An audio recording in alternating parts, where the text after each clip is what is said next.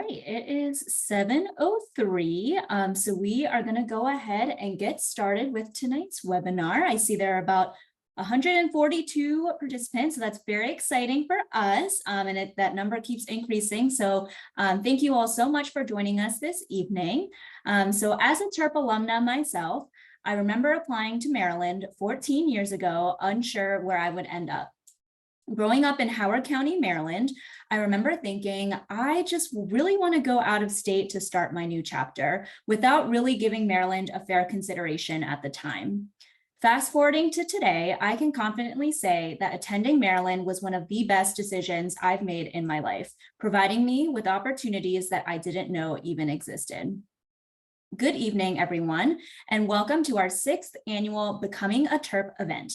I know that with us this evening are some of the proudest Terp alums and most excited prospective Terps eager to learn more about the University of Maryland and what it has to offer. My name is Jessica Lee, and I am the Director of Engagement and Outreach at the Alumni Association, and as you heard earlier, a double Terp with a bachelor's degree in neurobiology and a master's degree in higher education. Not only did I spend some of my favorite years in College Park as an undergraduate and graduate student, but I also have been fortunate enough to spend over 9 years post-graduation working at the University of Maryland. I always joke about how I loved Maryland so much that I literally never left. And well, it's true. The university has over 40,000 students, nearly 30,000 of which are undergraduates.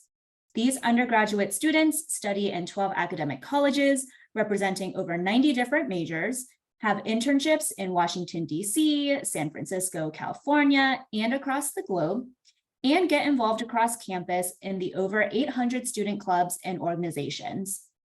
For the prospective Terps here with us tonight, if there's one thing that I'd like you to take away from attending this session, it's that the University of Maryland Alumni Association is here to support every student from day one. The Alumni Association strives to improve the experience of prospective and current Terps through our many career resources to connect students with internship and job opportunities, as well as our programs like the Student Alumni Leadership Council to help students connect with Maryland traditions and other Terp alums.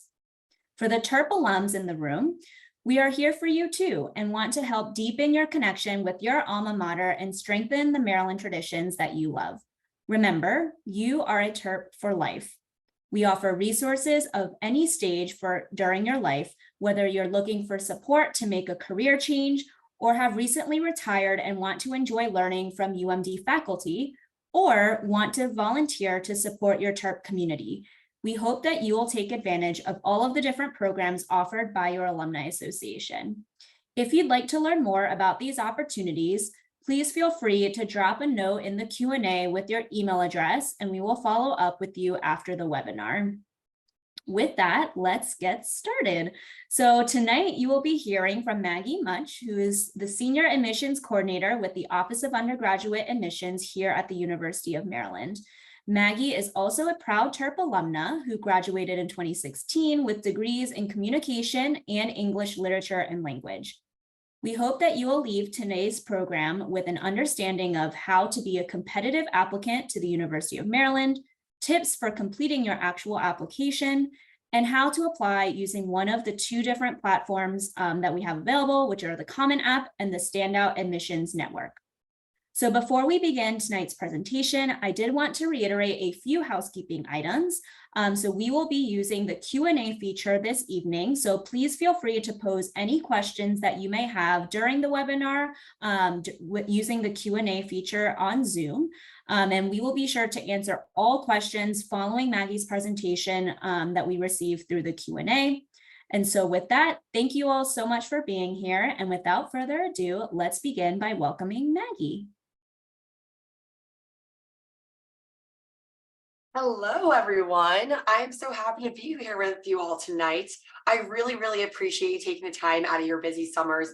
I know we were just saying before we went live with the webinar, it just seems that August is getting busier and busier every year. So I do really appreciate you taking the time to learn a little bit more about the University of Maryland and specifically our admission process.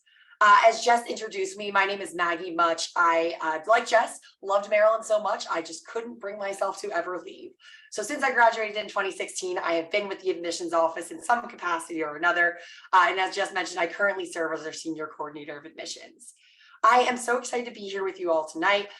As you are all somewhat familiar with the University of Maryland, as I have a pretty good guess, someone in your life is a Terp alum if you are on the Zoom call, we are primarily going to be focusing on the admission process, our timelines, what we require, how we review applications, when we release those decisions, what can you expect when you open up your decision letter. I am going to touch a little bit, just very, very briefly on the university as a whole, specifically some of our academic academic aspects that I think could be helpful.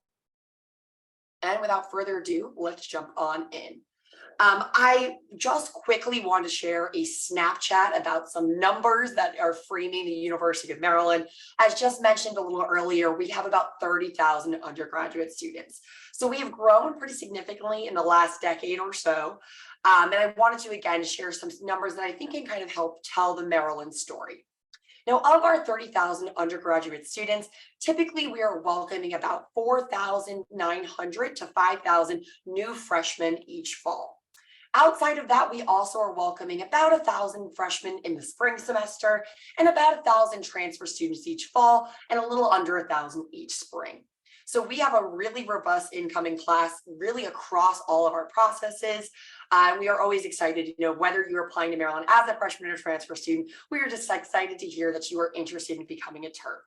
Now, of our 30,000 undergraduate students, I think it would be fair to say that nearly no two students are exactly alike. The diversity of our campus and our student body is really, really one of the greatest things about the University of Maryland. I'm sure we have plenty of alums sitting on the call right now who can, remember that being one of the reasons they are attracted to the institution. And when I mean and speak to diversity, I really mean in every single sense you could use the word. So we're thinking about race and ethnicity, about 47% of our students identify as a student of color. When we're thinking about geographic origin, every county in Maryland is represented in our student body, as well as all 50 states and over 110 different countries. We are also going to have diversity of socioeconomic background, religion, political ideology. And I think you will find that a common answer from our students is that diversity in our student body, which makes our education so excellent. There are some other great, numbers here I want to highlight. I won't read them all to you, but one I'd be remiss if I didn't just brag a little bit about was that we are ranked in the top 10, according to Kiplinger's Personal Finance, for both in and out-of-state students for best value in public colleges. I like to highlight that statistic. I'll tell you the truth, I'm not someone who gets too hung up on the rankings, but I think that really speaks to at the University of Maryland, you're getting an excellent education and the best bang for your buck, so to speak. All right, now before we dive into the admission sections, I did want to take a quick second just to talk a little bit about Maryland and the academic programs that we have. Now, I know, again, 30,000 undergraduate students, that's a pretty big number, but really Maryland does start to break down into so many smaller communities across campus. And one of the first ways that's going to happen for our students is within their specific major and in their school and college. So though we're all University of Maryland students and staff members, you might also be a student in the College of Information Studies or in the Philip Merrill College of Journalism. If you are someone who is double majoring across different programs, you might very well be, an education student and also an engineering student if you're double majoring in those programs. We offer a little over, as of very recently, 100 majors for students to choose from. And you can take a look at all of these majors on our website, admissions.umd.edu, and see how they are, housed within our different schools and colleges on campus. If you are undecided, that is perfectly okay. You may enter the university as what we call letters and sciences, essentially our undeclared, undecided advising track. Now, some programs at the University of Maryland are what we call limited enrollment programs. Essentially, over the last 5, 10 given years, or historically, these majors have been so popular and in demand that in order to ensure that every student in these majors and programs has access to their advisor, not just when they are required to meet with them, but when they would like to or have questions, that they have access to the classes that they need to graduate and they have flexibility within their course selection. to ensure that all students have access to maybe outside of the classroom special experiences associated with their major. Often what comes to mind with that is something like the Bloomberg terminal for our School of Business students. So in order to ensure access to those pieces and others, we just have to limit how many students are physically enrolled in these majors each year or semester. They're often called LEPs for short. I'll refer to them that way throughout the rest of the presentation. Now, one thing that's good to know with our process is for both freshmen and transfer students, we review major blind. And what I mean by that is the major you have selected on your application does not have a negative or positive bearing on your admission decision. Essentially, what would happen is first, the admission committee is reviewing my application for the university admission as a whole. After the committee has said, yes, we are going to offer Maggie admission, before that decision is released to me, there'll be an additional review of my application by a committee who reviews for these specific programs. For freshmen, there are no set or specific requirements just because high school curriculums can be a little bit less standardized across the country. So it's really just a holistic and competitive review, as is the freshman process. And with our transfer students, there's a set of requirements students need to meet in order to be directly admitted to those majors. You don't need to worry too much about it right now. In terms of the freshman process, the two big things to take away are A, because we are major blind, whatever your true first choice of major is, put down in your application. And B, if you are not directly admitted to your first choice of major, there's a pretty clear pathway to that program of study once you are a Maryland student. And you can take a look at what those requirements or pathway is at lep.umd.edu. But again, major blind is one of the big pieces for our freshman applicants to really consider. All right, now let's get into the good stuff, the application process. Again, as you have questions throughout this session, please do feel free to use the Q&A feature. It should be towards the center or the bottom of your screen. We're going to hold them till the end, but we're happy to address your questions that way. All right, now in terms of applying physically to the University of Maryland itself, you have two choices as a freshman applicant, and as a transfer applicant, just one.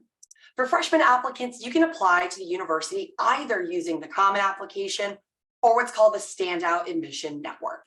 I'll give you a little insider secret. We don't have any preference on our end. And the truth is, whether you use the Common App or the Standout Admission Network, it's going to look almost identical when it comes across my desk. Really, the only difference is the logo I'm seeing in the top right-hand corner. Often what I share with freshman students is whatever works best for you works best for us. So if you're applying to 8 schools and 6 of them are on the Common application, it probably makes a lot of sense for you to apply to Maryland that way too. But if more of your schools are on the Standout Admission Network, perhaps that's a better choice. Again, for our transfer students, we are currently exclusively on the Standout Admission Network, but freshmen, dealer's choice. Whatever works best for you, works best for us. Now, in terms of what are we thinking about when we sit down to review an application at the University of Maryland, there are a whole lot of different factors that we are keeping in mind. I want to start off before we dive a little bit more into these by saying this is not something my office wants to keep secret. This list of 24 factors is available 24/7, 365 days a year on our website, I believe just underneath our admission review process, as is our admission philosophy, because again, we want to be as transparent as we can with our students on what we are considering and what is not a factor. Now, I won't read all 24 of these out loud to you right now, but again, these are the factors that we use in what we call our holistic admission model. There is admittedly a lot of jargon around the admissions process. So what I mean by holistic, just to take a second to pause and kind of dive in on that, is we're not taking, let's say, this data point, a GPA, and this data point, a test score, and everyone who's above it is in, and everyone who's below it is not offered admission. Instead, we are using a series of different factors to do our best to invite a freshman class that is going to be A, prepared to succeed academically at the university, B, contribute and really take advantage of our campus community, and C, bring special talents, perspectives, and lived experiences to our incoming student body. One thing you will notice as you start to review these factors is about a third of them are academic in nature. For us, how a student has performed previously academically, either in their high school or at their current college institution, if they're a transfer student, can be one of the largest indicators of their potential success when they get to Maryland. Outside of that, though, you're probably going to notice there's a whole lot of variation in what we are thinking about. Very important and hopefully good to know that this is not a rubric, nor is this a checklist. And what I mean by that is there is no set percentage that each of these factors weighs in on our decision.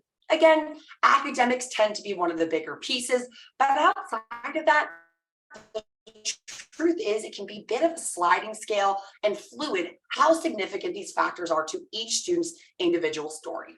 My team speaks a lot about context. Every single student has their own context, where he started high school in terms of how he started ninth grade, what your high school offers, your own experience. And I'm sure for anyone on the call who has a best friend who goes to a different school, or a best friend who goes to the same high school, or even a twin sibling who shares a room and take every single class together. The truth is no two students have exactly the same lived experience. So how these factors are significant to your story is certainly going to vary student to student. I think a good way to exemplify that is something like extracurriculars. We might have student A over here who is super involved in extracurriculars. And absolutely, we love to see that. But maybe we have student B over here who doesn't have a single extracurricular on their resume, but works 20, 30 hours outside of the classroom to help support their family. Understandably, extracurriculars are going to be quite a small piece of their story and their factors, but their work experience might be quite significant to how they are framing their experiences with the university. So again, these are not a rubric, nor is there a set percentage. Any of these, directly impact the process. It really is it's helpful, pardon me. Really, these factors just give us some clues about how students might be, able to contribute to our wonderful incoming cohort and how they might in turn really, really benefit from the academic environment at the University of Maryland as well. Again, these are not a secret. If you'd like to take a look at them now or anytime in the future, you can take a look at them on our website as well as our admission philosophy. All right, now how do we get a sense of how those 24 factors are a part of your story? There's a handful, and I really mean about 5, so one handful of documents that we use to really do our best to understand who you are in and outside of the classroom. Now, the first thing, as I mentioned before, is our application. And again, you can use either the Common App or the Standout Admission Network as a freshman and the Standout Admission Network as a transfer student. The application itself is where we're going to get a lot of your basic demographic information, your name, your date of birth, when you were graduating, what high school you're attending, if you've taken any college level courses. And that's also where you'll be able to include your essay. Hopefully for any rising seniors, this is good news. We do not have our own essay. So the University of Maryland does not have a University of Maryland specific essay that we use or require. Instead, the essays that we use, the essay, just one, is the same that is the general common application personal statement and should offer you about 5 or 6 different options. And that would be the case both on Common App and Standout Admission Network. One thing I want to highlight is I mentioned there's some choices there. There are 5 or 6 different essays that you can choose from. And I want to encourage you to really, really take some time for the next few weeks, if you have not done so already, to take a look at those questions and start drafting and thinking about that essay before senior year starts. For my rising juniors, sophomores, freshmen, or anyone earlier, we got a little bit of time before you have to start drafting your essay there. There is no perfect essay for the University of Maryland. Truly, you could go in any direction you would like, as long as we are learning more about you as a student. If you want to talk about your relationship with your grandmother, perhaps, you have a very special relationship or you have a special caretaking role, make sure you are still centering yourself as the subject of the essay. But it can speak to your past, your present, your future ambitions. As long as, again, we're learning something we wouldn't otherwise know about you, really that is our hope. The essay is also pretty special if you think about it. It is really the only place in the entire application we get to hear your voice come through. Your resume can be helpful to seeing what you've been involved in, but it's not really your voice. It's more just so a list. We get to hear a lot about you from these letters of recommendation you'll submit, but it's someone else's voice. So very uniquely, the essay is such a special part for us to hear from you directly. And honestly, it is one of my favorite part of application review is getting to read so many different essays. Again, past, present, future, any way you want to take it, as long as we're learning more about you. Again, we do not have a University of Maryland specific essay. We use the general essay choices on the Common App and Standout Admission Network. You will see a couple of short answers in our application, but I promise you it's not like what my high school called short, which was a few paragraphs. This is really less than, I believe, 600 characters, so a sentence or two or three at most, and really a chance for us to pick your brain and get to know you a little bit better, both academically and outside of the academic context as well. Also within the application is where you will be able to include your activities and award sheets. So any and all things you've been a part of over the last 4 years of high school. One thing I do want to mention for our students who, of course, have been going to high school in, I know we're sick of hearing unprecedented, but in unprecedented times, there is a section where you can speak directly how the pandemic impacted you and an additional information section. So if you weren't able to get involved with Student Government Association until senior year, even though you had hoped to freshman year because it wasn't running due to the pandemic, or your sports, season was canceled, absolutely you are free to share that information with us. But we also recognize that you have been living through these, somewhat crazy times over the last few years, and often your counsel will share that information with us as well. So within the application, we'll include the activities and award sheet as well as your essay. But outside of the application itself, we do require a few other documents for your application to be considered complete. This one probably isn't too surprising. We need a copy of your official high school transcripts. Now, every year I ask, what's the required GPA to get into the University of Maryland? And the truth is, we do not have a required GPA. We are going to look, not really at just that number, but individually at each academic year. I often say that GPAs, when we're sitting down as an admission committee, it's like, comparing apples to oranges to grapes. There are schools in Maryland that use a 4.0 scale that's weighted. There are schools in New York that use a 100 scale. There are schools that don't use numbers and it's all, more narrative driven. So for us, it's very hard to compare a 98 to a 3.9 to a 4.7. That might very well all be the same grades and amount of rigor. So we're not really looking at your GPA. We'll see it on your transcript, but really we are going to take a deep dive. Starting in 9th grade, what individual courses did you take and what individual grades did you earn in those courses? So again, I'm not saying that GPA doesn't matter. It's just that we're really going to look at the whole story, not just that number that summarizes it. We will do the same thing with 10th grade and 11th grade, paying a lot of attention to trend. Were you consistently strong? Did you have a nice upward trend in terms of your grades? Were there any downward trends? If there are any downward trends or places on your transcript where that you feel just don't speak as readily to your full academic ability, again, there is a section in the application itself where if it's related to the pandemic, you can share that context, or there's an additional information section, kind of a catch-all for any other piece of the puzzle that maybe doesn't fit elsewhere. So maybe you had a concussion halfway through sophomore year and you saw a little dip in grades, you can share that there. Maybe you just had a tough transition to a large high school from a small middle school, you can share that information there. But we see it, any trends on your transcript that maybe all of a sudden you are getting C's when that's never been the case before. If you don't address it, we don't have that context. But if you share with us what was going on, it gives us some additional context and we can continue to consider that in your application review.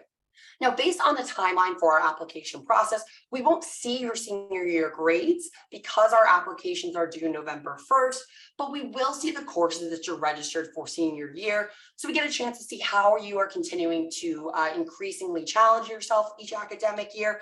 And we see the courses that you're taking to make sure you're still meeting our requirements of things like, for example, 4 years of taking math in high school.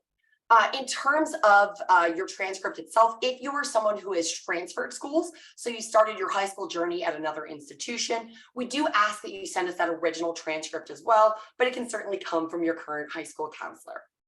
If you are a student who has taken advantage of college level classes that wouldn't be reflected on your high school transcript, we do ask that you have that transcript sent to us as well.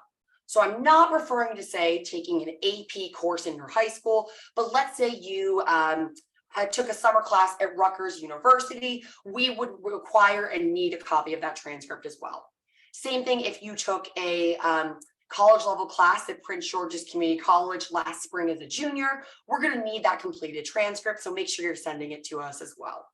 If your high school is reflecting those college level courses on your transcript, that works beautifully for our admission review process.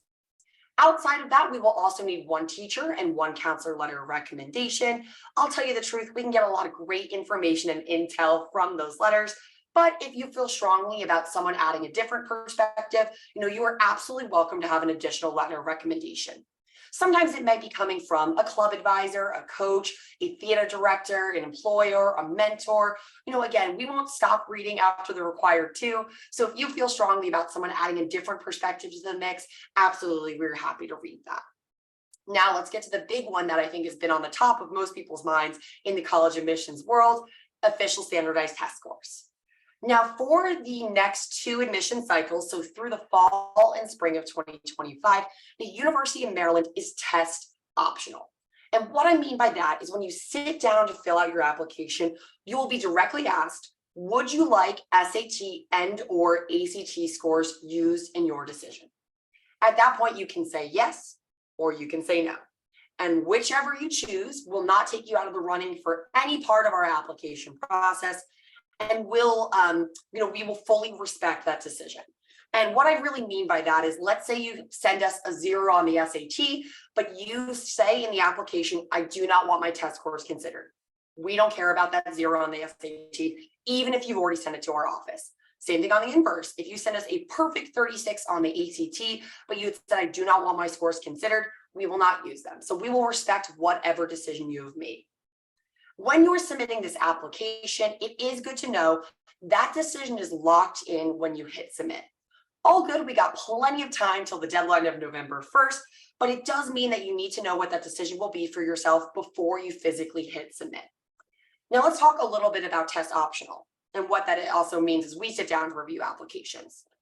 Test optional, again, means exactly that. We're going to respect your decision, but you will still be reviewed for admission, for scholarships, for special programs like our honors college on campus, and for limited enrollment programs, if that is something that you're interested in major-wise. Again, both sides of the coin, test scores or not, will be used. Now, in terms of our middle 50%, something that does happen in almost every institution, and certainly has happened at the University of Maryland, is when you go test optional, your test score averages tend to skyrocket pretty quickly, because maybe some scores that previously would have brought on some of our averages, are being waived or not used. So last year, of our applicants, 50% chose to use test scores and 50% chose not to use test scores. Of the students we admitted, 50% chose to send test scores and 50% chose not to. So one thing I am particularly proud of is that in our admission process, we are not really penalizing either population of student. So this is very much so going to be a personal decision, student to student. Last year, of the students who were admitted and chose to send test scores, 50% of them fell between a 1390 and 1530 on the SAT and 32 to 35 on the ACT. So again, that's 50% of students who were admitted and chose to send test scores fell in what we call our middle 50, or so to speak, our average range there. Again, students have the choice to submit test scores or not, but when you say, yes, I would like them used, we do need an official copy from either the College Board for the SAT or from the ACT if you took the ACT. And your application would not be considered complete until that official score is on file. Now, if you are thinking about retesting or testing for the first time senior year, the August and September dates work beautifully for our timeline. October, though, can be a little tough. The SAT in October typically does not release until the end of the month, so it may be difficult for you to make that decision, in just a few days. And the ACT doesn't even happen until the end of the month, so scores are released in November. But because we are test optional, I often share with students, if you weren't able to test or, are unhappy with your scores and wanted to retest in October, even though it doesn't work with our timeline, going test optional might be a good choice at that point. Something that we do not require test score wise in our process are things like AP, IB, or A-level scores. We would instead take a look at, how did Maggie do in her AP Psych class? Did she get an A, a B, a C, a D in that on my transcript, versus how did I perform on the exam itself? They can possibly be used for transfer credit after admission, but that, again, because it costs money to send AP and IB scores, I typically tell students, don't worry about sending them until you'll be enrolling. All right, I know that probably seemed like quite a bit, even though I said it was just a handful of required documents, but I promise when we summarize them, it doesn't sound as crazy. So the application itself, which includes the application fee of $75, a counselor and teacher letter recommendation, a copy of your official test scores if you're sending them, and your official high school transcripts. So 5, maybe even 4 documents if you're going test optional, including the essay within the application, and your application is complete. And we'll talk about what I mean by complete and why it is so important to check on that in just a few slides.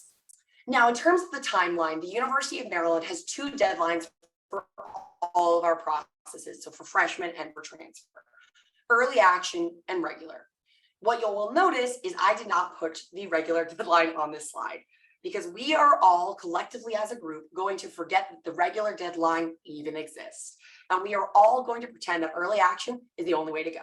And the reason I say this is really at the University of Maryland, early action is in a student's best interest. And let's flush out a little bit why. Before we dive into it, I do want to mention this is not early decision, so it's non-binding. So if a student is admitted to the University of Maryland, I'm a little biased. I went here, I work here. I hope they're very excited about becoming a Terp, but they would still have until May 1st, our enrollment confirmation deadline, to let us know if yes, they're attending, or no, they're going to have a wonderful 4 years at another institution. So non-binding, but let's talk about why it's in your benefit as a student. The early action deadline is going to give you a best consideration for admission. I'm about to throw a very, very, very, very big number your way. We take about 85 to 90% of our freshman class from the early action pool. When we sit down as an admission committee for the regular deadline review, we only have about 10 to 15% of our class space left for our decision making. That means those decisions are incredibly, incredibly, incredibly competitive. Very often students who maybe, would have been a strong fit in our early action pool are being denied in the regular deadline. And I don't say and underline this to sound scary. Really, I want students to give themselves the best advantage possible in our pool. And the way to do so is being in that early action pool when space is not yet an issue. So again, A, it's going to give you best consideration for admission. B, it's also going to automatically review you with no additional essays required for all of our special programs on college, including our Honors College, College Park Scholars, and some smaller living and learning programs like FIRE, Carillon Communities, and Civicus. Additionally, it's also going to automatically review you for our merit-based scholarships in the admissions office with no additional application.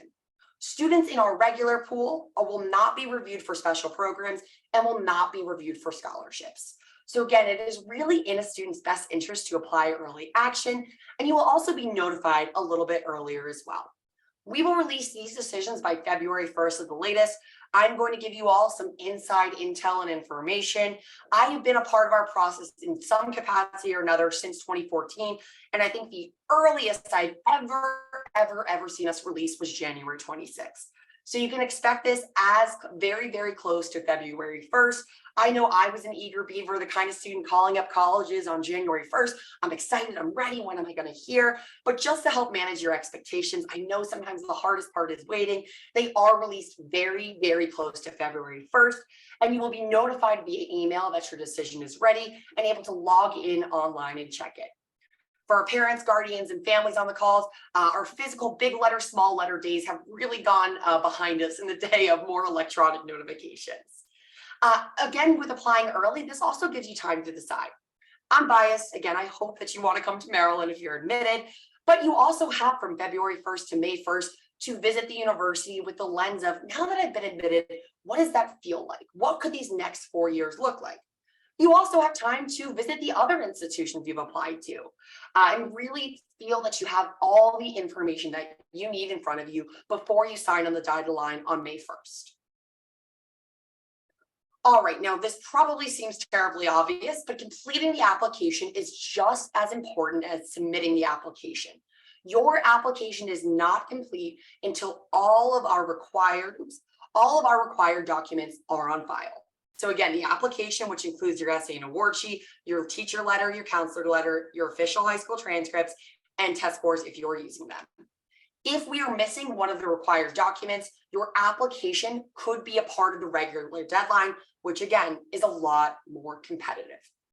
For that reason, I typically tell students, even though my office will not start reviewing applications until after our deadline, give yourself your own personal internal deadline and try to get everything in about a week ahead of time. We are all human. We all make mistakes, and it's easy to do when there's a lot of moving pieces. Every single year, I work with students who send their test scores to the University of Maryland, Baltimore County, or who requested for their transcripts to go to the University of Maryland, Eastern Shore. Those are all wonderful institutions, but they are not the University of Maryland College Park. And unfortunately, because that document wasn't here by November 1st, those students won't wound up in the regular deadline pool, which again is a lot more competitive. If you realize on October 22nd, you sent your SAT scores to the University of Maryland, Baltimore County, all good. We have time. You can re-request those to go to the University of Maryland College Park. But if you realize that November 2nd, you might be looking at the regular deadline. Again, I hope that doesn't come across scary or intimidating, but I want you as a student to give yourself the best edge possible. And the way to do that is being complete for early action. We do send reminder emails to students saying your application is incomplete, your application is incomplete, but we don't have the power to reach out to each individual student after the deadline and say, hi, Maggie, we noticed we never got your official high school transcripts. Unfortunately, with over 60,000 applications, we just physically don't have the bandwidth to do that. And we do feel a Maryland ready student is going to be responsible enough to utilize the resources we give them, like the online checklist and what's called the Terp application portal, which is where you'll be able to log in and check your status of your application as well. After you hit complete, after you hit submit and you've submitted all your documents, should anything change, of course, please send us any updates. If you lead your soccer team to the state final championship that fall, or you were elected student government president, or you are given a new award, please shoot us an email. A, we want to celebrate with you, and B, we're happy to add that to your application file. You want to make sure that you are checking your email. I remember getting flooded with emails from colleges when I was a high school senior, and that was many more moons ago than I'd like to admit. So I'm sure it's only gotten more intense for our current high school students, but that is very often how universities are communicating with you. So even if you're not checking it every single day, make sure you are checking your email that you're using to sign up for college mailing lists and for submitting applications at least every few days, because very often, reminders about completing your application, invitations to special events or opportunities, those are going to be coming out via email, and you want to keep your eyes on it. If you are someone who utilizes their high school email address, particularly if anyone from Montgomery County is on the call in Maryland, I do highly recommend using a non-school email for two reasons. One, I find that a lot of high school email spam filters are super duper intense, and a lot of our emails don't get through and get bounced back to us. So that's A. And B, a lot of high schools will remove your access from your high school email after you graduate. And if that's how you're accessing your college's information, that could be difficult, in the summer between high school and college. I've actually heard of a lot of high school students now making an email specific to their college process. That way it's not constantly in their personal email and it's all in one place. I love that idea. So if that works for you, certainly that works well for us. The last one is easier said than done. I was not exactly relaxed when I was applying to colleges, but I promise you, there is a beautiful light at the end of the tunnel, and there is a perfect home for all high school students. It's hard to relax when there's so many moving pieces, but the earlier you begin and the more organized you are, the more space it is to take care of yourself and not stress yourself out throughout the process. So I know, easier said than done. And I'm sure everyone who's on the call tonight, you're proactive, you're attending resources like tonight. You're probably not procrastinators anyway, but the earlier you begin your senior year, it doesn't all have to get done the day the application opens, but the earlier you start, the less stressed out you're going to be during your senior year. Now at Maryland, we have a handful of different admissions decisions, and then I promise we're going to leave plenty of time for questions that you can expect. Now, when you are applying as a current high school senior to the University of Maryland and really any other institution, typically you're applying to enter the following fall. So for my rising seniors, for example, who are on the call right now, you are entering your senior year fall of 2023, and you are applying to the University of Maryland for fall of 2024, our semester that begins at the end of next August. So that one is our first admission decision if you apply to the fall and you're admitted to the fall. Think of it as kind of your standard admission decision, what you might expect. At Maryland, though, somewhat uniquely, we will also automatically review any student we are unable to admit to the fall for the spring semester. And let me give you a little bit of context on why we do that. Now, in the spring, we have students who study abroad, who transfer to another institution, who graduate a semester early, who graduate a semester late. So we have a lot more space in the spring for students we feel could be a good fit for the University of Maryland. So what this means is when we sit down as an admission committee, if we decide we are not going to offer a student fall admission, before we release that decision to you, we are also automatically going to review you for the spring semester. So some students may open up their admission letter and it says, congratulations, Maggie, you've been admitted to the spring of 2025. So it is still an admission decision. You should still be incredibly proud and be celebrating that. Our spring admission is quite competitive as well. And there's a couple of different options for you on what you could spend that fall doing. You could spend that fall at another 2 or 4 year institution. You could spend that fall studying abroad. You could spend that fall volunteering or working, or every spring admitted student who originally applied to the fall is also offered a special opportunity to participate in something we call Freshman Connection. Essentially, what Freshman Connection does is offer students the opportunity to still join us on campus that fall semester, living on campus if they would like to, and taking a full course load of classes. And the way we are able to offer this opportunity, and I know I mentioned before the spring decision was more space driven, is students in Freshman Connection are taking classes in what we call off-peak hours. So Monday to Thursday, typically after 4 p.m. and anytime Friday. I should mention and highlight these are Maryland classes with Maryland professors. They're just taught at a different time of day and specific to only Freshman Connection students. So other freshmen aren't going to necessarily, take your spot in that class if you're a Freshman Connection student. When I was a student at Maryland, if you were in Freshman Connection, you weren't able to live on campus, so you had to live off campus.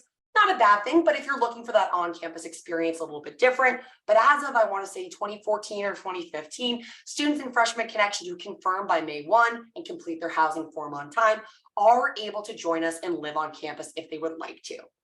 I get pretty candid with students when they ask me, I'm torn between Freshman Connection and maybe another institution. I do feel that your experience will really mirror that of any fall admitted students, except for exactly one semester, your classes are a little bit later in the day. Technically, you can also not be a Division I athlete and be in Freshman Connection that semester, but that's a conversation we're having with some smaller pools of students. Really, almost everything outside of what time of day you're taking classes will mirror that of another student who is fall admitted. So if that is news that you get in the mail when you get your admission decision letter via email, please do come to an open house and learn more about Freshman Connection because it's a great opportunity for our students. We have a very small wait list that we will utilize in some cases. Typically for students we've admitted to the spring, we may say you are on the fall wait list. I'll give you some more insider information. I've been at the university in some capacity in the admissions office since 2014, and I think I've only seen us utilize our wait list once, and even then it was a very small number of students. And I share that really just to help manage expectations. I know there are 4-year institutions that utilize and use their wait list every single year.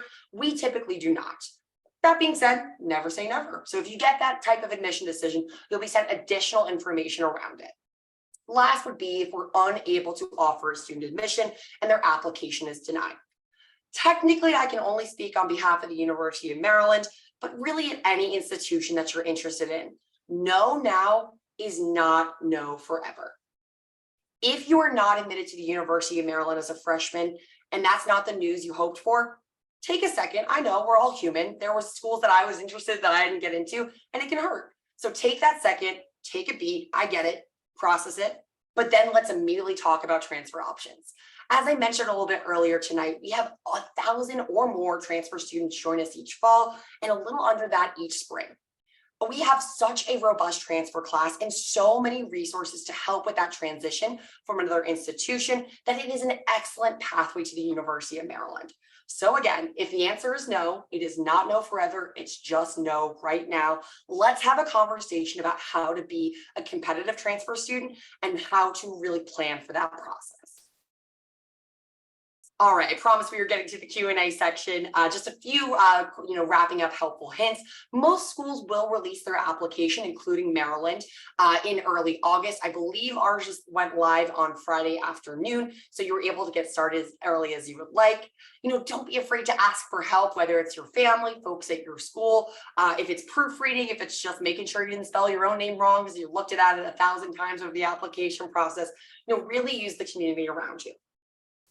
Certainly, you want to give your teacher and counselor plenty of time and request your letters of recommendation early.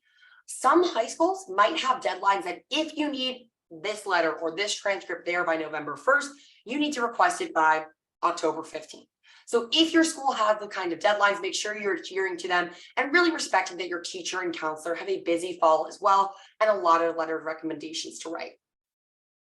All right, I know I just threw a lot at you all in a relatively short period of time, but now we're going to get to your questions because I want to hear what you are all wondering about now. Yes, thank you so much, Maggie, for sharing some helpful information regarding the undergraduate admissions application process for all of our prospective Terps. So as Maggie mentioned, we are now going to be opening the floor for questions, and I see a bunch of questions have come through in the chat already. So as folks think of questions, feel free to just use the Q&A feature to have your questions answered. So the first question that we have, so do you suggest borderline students choose letters and sciences if they are interested in a competitive enrollment school? Good question. So I would say because we review major blind for admission, whatever you're genuinely interested in, you should put down as your first choice of major. And if you're borderline between, I'm not sure what I want to do, maybe one of those programs, maybe something else, maybe I'm undecided. I always tell students, if you're even, let's say, 60% sure business or engineering is for you, put it down. That way you're reviewed as a freshman. And if you're not admitted directly to it, you can pursue it as a current student, but at least that way you were reviewed. And because it doesn't impact your admission decision itself, it won't have any negative or positive bearing there. Right. And kind of similar question along the LEP route. Is it possible to be offered spring admission for an LEP? Will these students be offered freshman connection for LEP? Good question. So first thing we do is we look at your application to decide if we are admitting a student and offering them admission.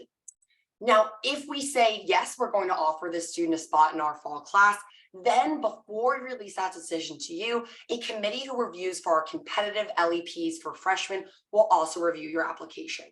And that would be any of the LEPs that fall into the engineering world, any that fall into the School of Business, and any that fall into what we call our College of Computer, Mathematical, and Natural Sciences. So really pretty much everything I had on that slide, except for psychology, communication, and criminology, criminal justice. Those three, if you are spring admitted, they will still take you, just they have enough space for freshmen right now. But for the other programs, they won't even see your application if you're admitted to the spring. And if that sounds a little bit harsh, the way I really frame it with students is we don't have space for even all of the fall admitted students in those programs. And because spring admitted students are a little bit less competitive in our process, it wouldn't make sense to go review that pool of students as well. Right. And then similar to the majors theme, if someone is interested in nursing as a major, that's not an option on the application. So how would they indicate that as an interest? Yeah, so we do not have nursing at the University of Maryland. What we have is kind of two winding paths in the woods, if you will. We do have a nursing pathways program where students can do 2 years at the University of Maryland College Park and then 2 years at the University of Maryland School of Nursing. For anyone who's joining from out of state, I am a New Jersey native originally, so I didn't really get that University of Maryland's all these names that they can be separate, but they're really, think of them as our cousins. We are, as related to them as we are Towson University. And students would fully matriculate to the School of Nursing at that point, so they would not be able to live on campus. It's awesome because you have your nursing degree in 4 years, and you just you can indicate interest in that just by selecting pre-nursing on your application. And it's an invitation-only process for incoming freshman students, and current students can work with the pre-nursing office to be audited for that program as well. So that's kind of column A. Also, if you are interested maybe in nursing, you're not positive, you could also study any major you would like at the University of Maryland and be on the pre-nursing advising track. So it wouldn't be a major, but you could work with an advisor to make sure you're taking all the requirements to apply to nursing school and seek admission to nursing school after you graduate from the University of Maryland. Next questions are all kind of around legacy status, and if having an alumni parent or someone that went to the University of Maryland has any weight on the application. Is it a factor? And how do students indicate that on the application if possible? Yeah, so we actually, we do not use legacy at all in our admission process, nor have we for a very, very long time. I think in my entire lifetime, we have not used it. So whether you attended the university or not does not have any bearing on our admission decision. So students, you can rest assured you were admitted fully on your own merits.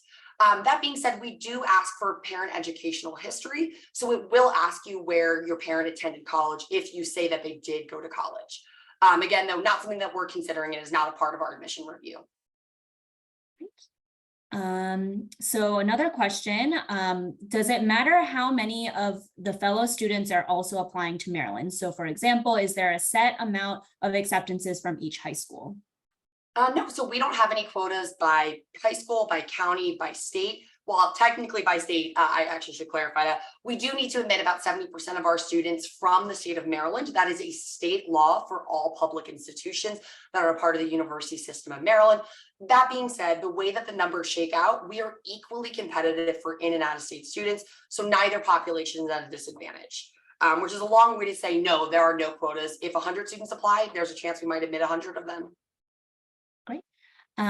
What happens if your or the student school does not release class ranks? That's fine. Some schools don't, just something we wouldn't be able to use in a review. Great. And then similar with school rankings, is that an issue? In terms of like if they are fall in a certain percentage? Yeah, it looks like their high school does not do school rankings. Oh, gotcha. No, that's totally fine. We know that a lot of schools have gotten away from sharing that. Some schools might not necessarily share it with the individual student, but will share it directly with us. But in your counselor letter recommendation, they will let us know we don't share rank. And there we go. We're good to go.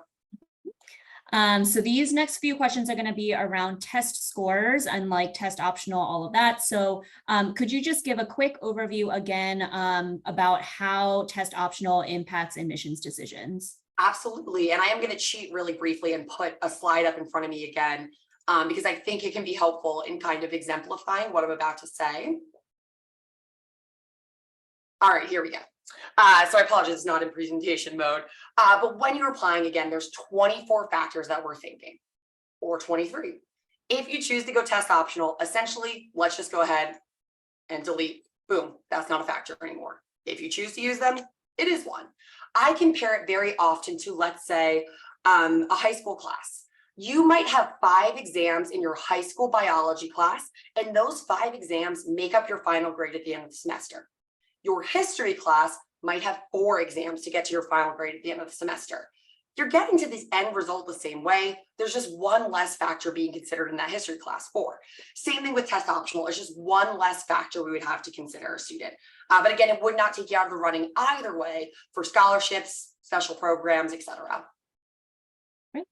And then regarding test scores, can you repeat or send the score numbers one more time? The scores students fell within who choose to send them. So can you resend test scores, I guess is the question. Yeah, and I think it's probably about the profile. Also, I see some folks in the chat. If you don't mind using the Q&A, it'll be a little easier for us to manage your questions that way we don't lose them. So last year, of our students who were admitted and chose and said they would like their test scores considered, 50% of them fell between a 1390 and 1530 on the SAT and 32 to 34 on the ACT. Excuse me, 32 to 35 on the ACT. Again, just like most institutions, when you go test optional, we tend to see our averages skyrocket a little bit. So if anyone has older siblings, that might sound like a pretty significant change in some of the averages from maybe 5, 6, 7, 8 years ago. And then there was another question about when the test optional deadline is set. So I believe it was through 2025. You all are with yes, so optional? Through fall and spring of 2025. If it's helpful context for our guests, we did go test optional in response to the COVID-19 pandemic, and we are continuing to be test optional in response to the COVID-19 pandemic. So unfortunately, I can't make any determinations myself or let you know if the magic crystal ball tells me. As of right now, that is set to end our test optional policy, and we would go back to requiring test scores at that point. That being said, previously, our test optional was only through fall and spring, I believe, 2022, and we chose to move forward going test optional through 2025. So it's been extended once. It certainly could happen again, or perhaps it could be a permanent change, or we go back to requiring them. We will see. Sign up for our mailing list. I will put a plug in there for that because we'll keep you in the know that way. And then these questions are about, let's see, like scholarships, living learning programs, things like that. So are there separate applications or ways to show interest in living learning programs? Good question. Nope, nothing extra you need to do besides applying early action. Great. So that was a few of those questions. How can folks apply for scholarships and when is the deadline? Yeah, so nothing specific for scholarships for the admissions office. Besides applying early action, you'll be automatically reviewed, which I suppose in turn would mean early action is the deadline in order to be reviewed for them. Right. If someone is admitted into scholars, so the scholars program, are they required to live in those residence halls or can they live off campus? I'm sorry, for the third College Park scholars, you said, Jess? Yep. So maybe. It will depend on the program. I was in a smaller program called Civicus that had a required residential component for freshmen. That meant we were required to live in the Civicus residence hall freshman year. That being said, I have friends when I was a student who were in College Park Scholars who had a roommate who was not in College Park Scholars because they requested to live with them. So some programs maybe can be flexible with their residential requirement. I know, I think honors tends to be very flexible and allows for commuting students. So TBD, ask your program of invitation if you are admitted. Great. Another question. So someone's son is going to take community college classes through his high school, both in the fall and the spring. The fall courses will be listed on his transcript, but is there a way for after November 1st to share what he has been registered for the spring? If not, can he have his high school counselor speak to what he is intending to take? Yeah, I mean, you could certainly include that in the additional information. Again, that to me is kind of the catch-all for any pieces of the puzzle that maybe don't have a home in the application. Or if you want to have, your students send us an updated transcript after they wrap the fall and it shows us the in-progress coursework of the spring, that's beautiful too. That's totally fine. Right. Could you share what the stats and qualities of a freshman connection student versus a fall admitted student are? That's a great question. Unfortunately, I do not have specific statistics around freshman connection, but typically students are going to be maybe a little bit below our profile for the academic year. So it is certainly, let me just say, not to suggest that they're not competitive students, but perhaps if they were using test scores, maybe they're a little bit below the middle 50. And that's not to say that test scores with a checklist and we even put them. Maybe they're academics, maybe they had a little bit more B's than A's. Maybe they had a C, and again, it's not to say a C is necessarily the reason that an application is going out the window, but perhaps there was some element of their application that just felt a little less competitive compared to our fall. But again, it's kind of difficult to frame that because our freshman connections are still quite competitive too, and should be quite proud of their admission decision. Let's see, next question. So you mentioned learning differences in an earlier slide. How does having a learning difference or neurodivergence, such as ADHD function, factor into the admissions process? Yeah, well, similarly to the way that we might consider something like trying to think of another lived experience. One of the other factors, for example, is English as a second language. So, keeping in mind, this student had to learn English at a different time and really still continue to learn academically because of that. Same thing with learning differences. Having a learning difference is exactly that. It makes learning different for you. And that might mean for some students that their experience in the academic context was different than maybe mine was, or my cousin, or my sister. Even though I'm related to these people, what was the difference in our lived academic experience? If it's a huge part of your story and that's something you'd like to share with us, absolutely, that's context for us. Maybe it's just something that your counselor mentions as, a little context there, or maybe it's something you don't disclose to us at all, and that's okay too. We really don't want to ask you to share anything beyond what you're comfortable with, but to us, it just helps inform how your lived experience really impacted you both in and outside of the classroom. So if someone took classes at the University of Maryland as a high school student or whatnot, do you also need to send those classes, or do you already have that on record? It's a good question. So if you, for example, took advantage of the Young Scholars Program this summer or another summer, if it's a University of Maryland class, we can see it on our end. But we don't know to go looking for that unless you tell us. So just make sure that you're reporting in the application that you did take a class at the University of Maryland, and that we're able to take a look. And then another question here. So what percentage of admitted students actually enroll to the university? This person heard that after switching to the Common App, the percentage of admitted students choosing to attend went down. Could you share information about that and how you review an application with an eye towards whether the student will attend? Great question. So no, they did not go down.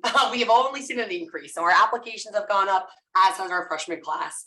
So no worries, we are good on yield, everybody. That being said, we typically enroll somewhere between about 4,700 to about 5,000 students. And depending on our goal, it's typically about 4,700-ish. Some students more might say yes to us another year, more might say no to us another year, but we typically land in that sweet spot. We have a very large freshman class coming in this year, I'll put it that way. In terms of, how we think about that, we'll assume that you might come if we say yes. We don't track something called demonstrated interest. If you apply, we assume that you're interested. So for us, we're not weighing or evaluating the students might get into Harvard and not come to Maryland, or this student's definitely going to come because they were at a summer program at the university last year, so that gives them an advantage. So really, we are not assessing the likelihood that you're interested. We'll just assume that you are. Great. How can someone create an account on the Terp application portal? You don't need to do that. So after you hit submit on the application, you will be sent a link to your portal, and that's where you can check what's going on. Great. Do senior class grades matter even after the application deadline? Yes, that is a great question. I had the unfortunate job this past week of calling students who had a very significant downward trend, and there is a chance they could have their admission rescinded, unfortunately. We don't feel like if you start getting a few B minuses, we are going to come yell at you. We get it, it's senior year. But we are expecting our students to maintain the same level of academic excellence for the most part that they have over the last few years. And truthfully, for your own benefit, it's really, really hard to get into a college level course if you weren't maintaining that level of academic excellence your second half of senior year. So just keep rocking it. We will all be happier for it. But yes, in theory, it could cause a student's admission to be rescinded. Great. What goes into the decision of letters and sciences versus guaranteed to the desired schools like computer science or business? So I guess I think the question is asking how does the decision between letters and sciences versus like computer science and business? Gotcha. Okay, beautiful. So there's a committee for each of these limited enrollment programs for incoming freshman applicants that reviews. So depending on the program, typically they're thinking about slightly different things. So the same like documents that you've submitted to us, but under the lens of that program. So if I'm sitting down, I'm thinking about, this student for direct admission to computer science, I'm probably going to be paying a lot of attention to what their math classes, their science courses, their computer science classes, if applicable and if available, things like how rigorous of those courses have they taken. Same thing with engineering. They're going to be paying a lot of attention to things like your physics, your chemistry, your math courses.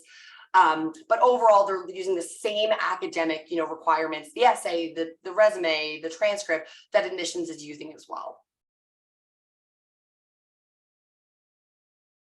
Great. Few more questions. What is the target GPA for a transfer student? Well, just like with freshman admission, we don't have, you could in theory apply with a 0 GPA over, 50 different Fs from another institution. We're still going to read every line of your essay and every line of your application.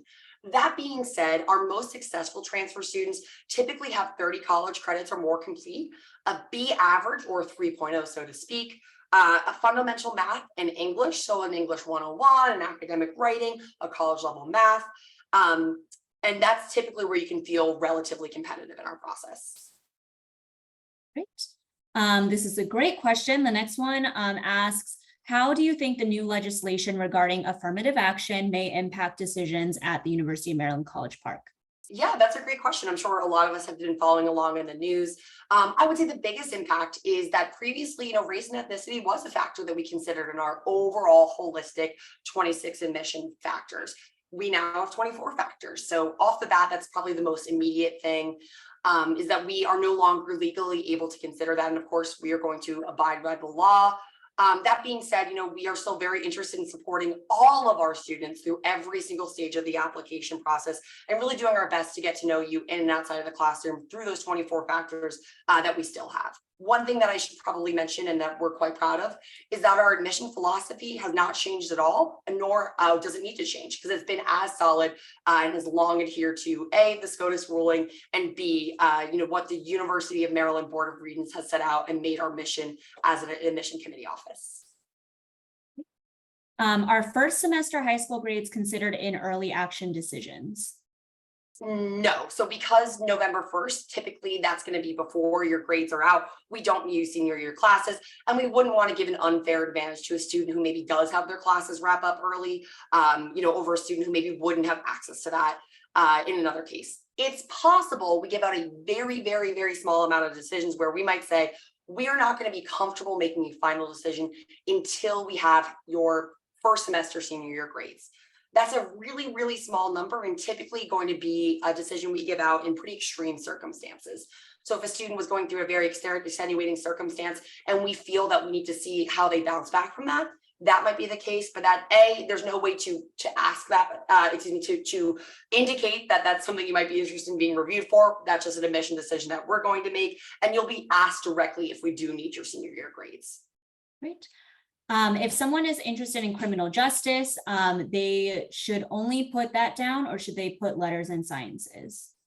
If you choose an LEP as your first choice of major, you will be required to select a backup major. But if you're not directly admitted it, we will just put you in letters and sciences, assuming you still want to pursue that LEP program, and they're going to be the best advising home for you.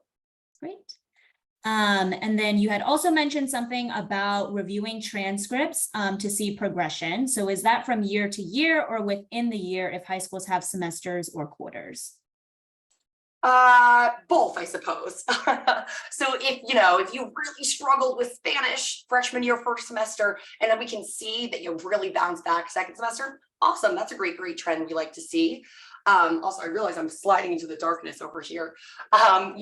Most high schools these days typically only show us your final grades. So in most cases, we're just going to see how you did at the end of freshman year. So probably we're mostly paying attention to year progression. Great. And what are your recommendations about using the additional information section of the Common App? Do folks need to use it? What would folks put on there? You don't need to use it. For me, it's really only necessary if you feel you have some piece that just doesn't fit elsewhere. For me, mostly it tends to be some extenuating circumstances. So, our students would unfortunately get bonked on the head and have a big concussion, and we see a little bit of a downward trend. That's usually cases like that, where students just feel there's some context that might be helpful. Really, to me, it's necessary if there's just something you think the admission committee might need to know as they sit down, as if you're behind our shoulders and whispering it in our ear. That's where you can put it there. Great. Let's see. Okay, so for letters of recommendation, appreciate that you would review a third letter of recommendation if it can share a different perspective. Would 3 be the max? That's a good question. So we don't have a maximum. I think my record last year was 14. I'll tell you the truth, as someone I don't even know how many I've read at this point, thousands of letter of recommendation. They don't vary after 2 teacher letters. If you think about how much different content could 5 teachers at the same high school have to say about you, hopefully, you're doing well in all of these classes. So that's why I really underline if there's a different perspective. And it's not to say that we don't enjoy hearing these wonderful things about you. I promise students, we do, we love it. But your teachers are busy too, right? They have a lot of letters to write. And if we can get that information from 1 or 2 of them, we don't need it to come from 3 or 4. So technically there's no maximum, but I would say unless you feel they're adding a different perspective, I would really just stick to the required and maybe 1 or 2 extra. Great. How easy or difficult is it to change majors? Depends. So if you are interested in a limited enrollment program as a current Maryland student, so for example, I declared communication, which is an LEP for current students when I was at Maryland, you have to finish a series of requirements. So for me, there was just 3 classes. I had to get a specific grade or better in those classes and an overall GPA, and I could declare that major. With all of them except for one, it has a non-competitive review, which is to say current students just need to meet the minimum requirements to be admissible to the major. Outside of that, though, those are really only, I don't know, 15 of the majors at Maryland of over 100. Whereas if I wanted to change to a non-LEP, typically I just have to go to a workshop or advising appointment with that college and say, hi, I want to be an info studies major. How can we make this happen? Right. So someone had mentioned quote unquote borderline students. So is there a definition for what that is? I think that may, in this case, have been referring to a student who was borderline between maybe wanting an LEP and being undecided. But we don't have any definition of that in our office. Great. And then are there any admissions quotas by major? And if so, what are they? So yes, any of the limited enrollment programs have limited space, and that's why they have their processes in place. I don't have any specifics, unfortunately, for exactly how many they need admit this year. But for example, I think we have about 500 students join, the School of Business as incoming freshmen each year. And typically that's what they're aiming for, a little bit higher. Doesn't mean they're only admitting 500 students because that's, again, students have to say yes to us too. But that's why those programs are limited enrollment programs, because they were having space issues before they became one. And this is a way to ensure that every student in the program has access to what they need. Right. Is being a twin a factor in scholarship offerings? No. Right. If you do not receive an ACT score until after the early action deadline, what could you do? So I would probably go test optional. Even though you might feel like you're going to rock it out on the ACT or SAT, I would be pretty remiss to tell a student to apply to the regular deadline. At the end of the day, I cannot force your hand to apply to early action, but because we take, typically about 90% of our freshman class from early action, I just feel that going test optional and being early action is probably still a better choice for students than applying regular decision with a later SAT score, or ACT score. Great. If you have a score on file already and then you add that, that's fine. Mm-hmm. So even though students can choose test optional, it looks like College Board maybe has said to release scores to all schools. Do you still get those scores even if the student chose test optional? Possibly, only if you send them to us though. So if you sent them, there are places I can go look for them in my admission system. But even if I can see a big goose egg 0 in front of me, if you said I don't want my test scores considered, we don't care. So even if you accidentally sent them to us or something along those lines, totally fine, as long as you say in the application, I don't want my test scores considered. But we wouldn't require you to send them to us if you're not using them.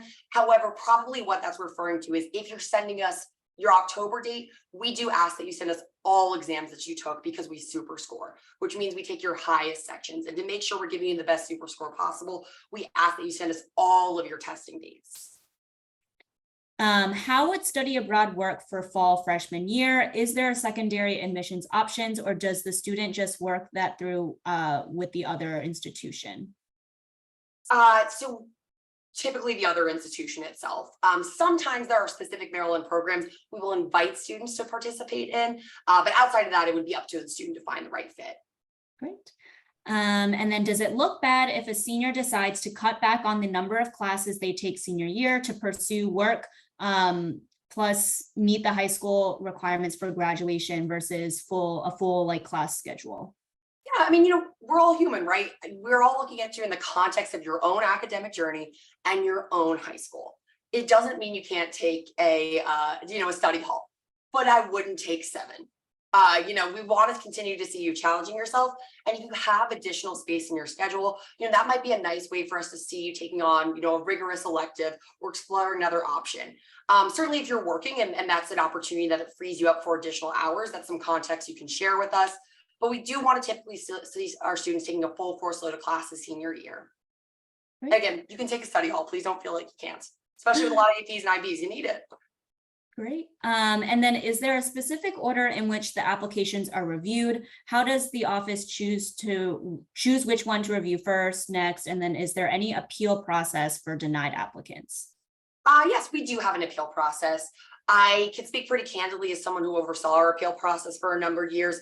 It is extremely rare that these decisions are overturned. I think my last year overseeing the process, maybe 3% of them were overturned, and typically in very extenuating circumstances.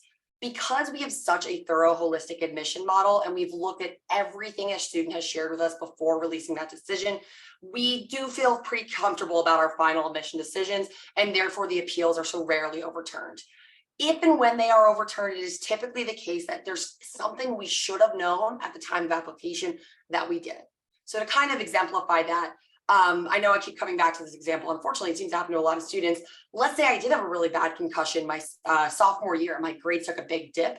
If I didn't share that at the application, maybe that would be grounds for an appeal because it's context I should have, in theory, the admissions could have known at the time of the deadline, but I didn't share. What would not be grounds for appeals is I'm doing so much better senior year, or look at how much I've been involved in my senior year. Really, it should be things we should have known earlier. To the question of how we review applications, it's not in the order that it comes in. It's random.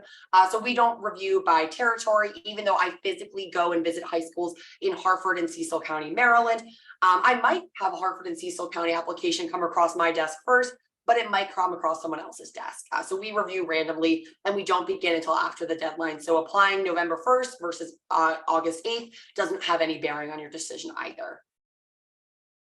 And then just a few more questions left in the chat. So on one of your slides, it indicated for the LEP, there was an asterisk for environmental science. Does that mean anything specific, or what does that mean? So environmental science has, 10 different concentrations. Only that concentration is a limited enrollment program.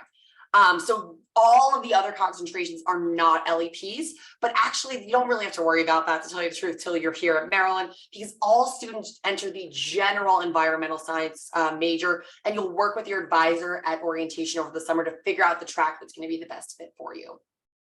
Great. And then could you please restate the information about sharing AP scores? Yeah, so for us, we do not look at AP or IB scores in our admission process. So we would instead, if you've taken AP courses, look at, all right, Maggie got a B in AP chemistry, or I got an A in IB theory of knowledge, as opposed to looking at, did you get a 4, 5, 3 on the exam? So because it costs money to send those scores, I say don't worry about sending them to us until you know you'll be attending. They can be used possibly for transfer credit after a student is admitted and enrolled. But because they're, again, not part of the admission process, I wouldn't worry about sending them because we'll be able to see the class itself on your high school transcript. Right. And then how should one decide if they should go test optional? Yeah, I mean, it's going to be pretty personal student to student. The truth is no one in the admissions office can tell you what to do, because if you don't like the decision at the end of the cycle, you can point back and say, but Maggie told me to not send my scores, or Maggie insisted that I do send them. You know, typically I remind students, it's again, our averages went up a lot because we went test optional. So it is not to suggest that those aren't strong scores if you're below them, but if you're a little bit below the profile, or you feel your scores just aren't as telling to your true academic ability, maybe going test optional is going to be the better choice for you. Right. And then someone's son attended a week-long Discover Engineering camp at the University of Maryland this past summer. Where should that student indicate that on his application? World is your oyster. You can put it in the activities section. You can put it on your resume, additional information if you would like. Really anywhere, that's perfect. And I think they just wrapped up last week, so I hope your son had a great time. Great. And then I believe our last question of the evening. So what if someone was homeschooled for 9th or 10th grade due to the pandemic and it impacted their extracurriculars? Are there any recommendations on how that could be addressed in their application? Sure, I'm going to circle right on back to the additional information section. Actually, I'm sorry, outside of that, there is one that specifically asks if the pandemic had any impacts you'd like to share. And I think that would be a great spot. Sometimes counselors will talk about the limit of students getting involved because of the pandemic or because they transferred from being homeschooled. So anywhere really fits in there. That's perfectly fine. Great. And I believe that is all of the questions that we have. That was a lot of questions. So thank you so much, Maggie, for answering all of the questions and for all of our attendees who stayed on after time to listen to all of these questions. We received several questions about whether or not this will be available after the fact. And yes, we did record the session. So folks should be receiving an email within the next week. So it's going to be going to the same email address that you use to register for the event. And so keep an eye on your email. You'll receive a webinar recording that'll include this entire presentation with all the Q&A and the presentation this evening. And with that being said, thank you so much. And we hope that you will join us for any future related Terp Alumni Association events. So go Terps. Thank you, everyone. Bye.